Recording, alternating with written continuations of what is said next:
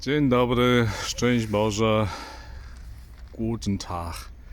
No, jestem teraz w takiej miejscowości, która nazywa się Wächtersbach. No, jest to piękny, piękny zamek, nie mają tutaj ratusza. To jest ciekawe, co to było, to musiała chyba dzwonica być jakaś albo coś. No, jest ciekawe, co to było. Tam też jest jakiś piękny ornament nad wejściem. No jest to bardzo ciekawe tutaj. Wächtersbach nie ma rynku, jest tam stare miasto tutaj gdzieś. Tam robiłem to zdjęcie z tym brunnen, czyli z fontanną. Ale ten zamek tu naprawdę jest bardzo fajny. Widocznie to była jakaś miejscowość bardziej zdominowana przez jakiegoś księcia. I także tutaj ten zamek się ostał. Tu jest napisane Rathaus, czyli ratusz. No i co? I dzisiaj Standesamt, czyli Urząd Stanu Cywilnego. No a tak poza tym to właśnie trzeba będzie tutaj teraz przyjechać do Gelnhausen, gdzie już byłem wcześniej. No takie są też właśnie znaki Altstadtpreis.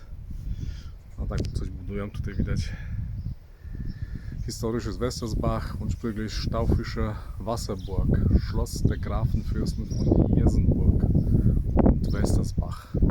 Pięknie. Czyli nawet do początku wojny mieli to. No i tyle. Także chciałem tutaj powiedzieć, że naprawdę... O, tu jaki dom jeszcze jest. Wow! Także widać, że tutaj to stare miasto naprawdę jest fajne. Nie jest może tak duże, jakby się myślało, ale jest to około 37 km teraz do Hanaumu.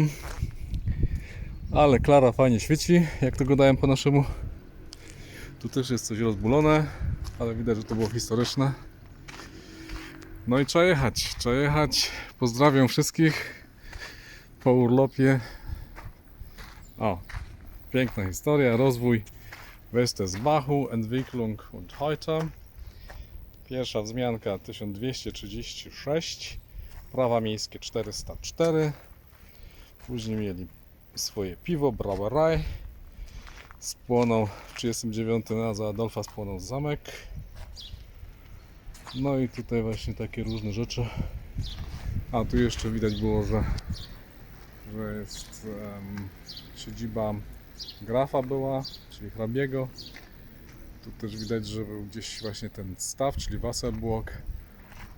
I tutaj jakiś tam inny budynek jeszcze powstał. No dobrze, to pozdrawiam. Do widzenia, pa pa.